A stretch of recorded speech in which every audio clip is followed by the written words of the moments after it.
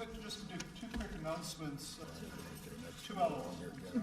We have Dana Curry, D-A-Y-N-A, Curry, C-U, D-A-Y-N-A, Curry, C-U-R-R-Y. Heather. But the last 3.5 months have probably been the greatest terror of my life, but it has also been the greatest privilege of my life. And I would never trade it for the world, because I know coming out, not only am I changed, but a nation's changed. And I would have to say that the most difficult moments were the endless hours of waiting, where we didn't have any information. There were several times where it went on about 3 weeks, where we didn't have any contact with the outside world. And during those 3 weeks was also the time of the heaviest bombing. So the nights when there was heavy bombing, our building was shaking, our prison was shaking, and all we could do is sit in the hallway and pray with all our hearts that the building wouldn't be damaged in any way, and we're thankful God's heard our prayers and we were safe. Can you tell us at what moment you felt you had been freed, and when? And in that moment, we heard all kinds of commotion outside in the city, guns firing, rocket launchers going off, bombing in the city. And all of a sudden we looked out the window and we saw all the Taliban just running madly through the city, fleeing.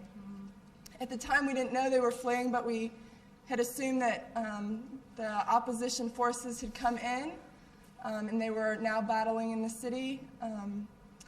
But after about 15 minutes of seeing men running from the city, it became really peaceful and it was completely quiet for maybe 30 minutes. And then all of a sudden we heard down at the front prison door just men and soldiers, or men coming back, banging down the prison door. And I know I can speak for myself, but probably also for all of us, we thought that was the Taliban coming back, and that this was the end of the road.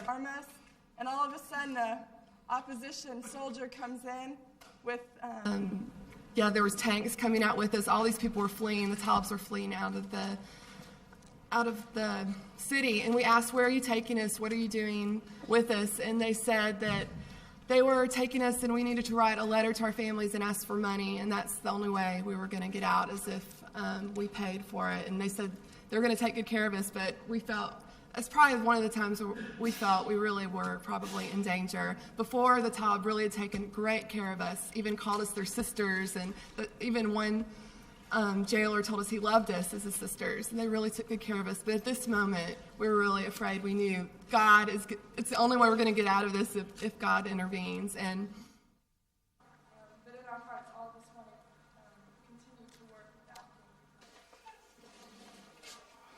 Well, ladies and gentlemen, please let Mr. Bunch and Ms. Thomas settle down first. And they rested yesterday, they are now rested, and they're ready to have a 15-20 minute. It was just incredible. When we landed in Pakistan, we all just were so relieved, because we thought, now we are really free. It wasn't enough just for the guys who broke through the prison to say to us we're free, because there was a lot of opposition there, and we really didn't know what was going to happen next. That many of the people in the prison where they were had been released, but we don't. Yeah, a month ago, the American bombing, did you know what it was? Yeah, we knew what was going to happen and why.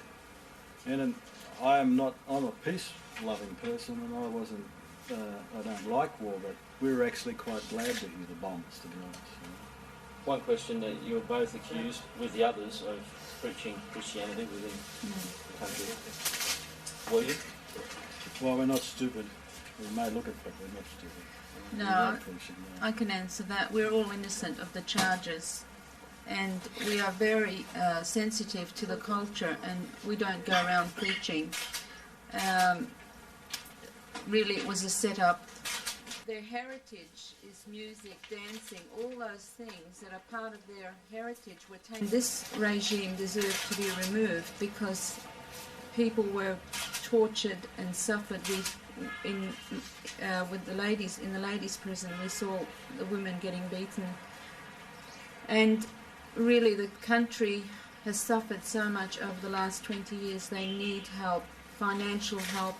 They need help in every way, and that is our heart for this nation, to help this nation, and that's the reason why we were working there.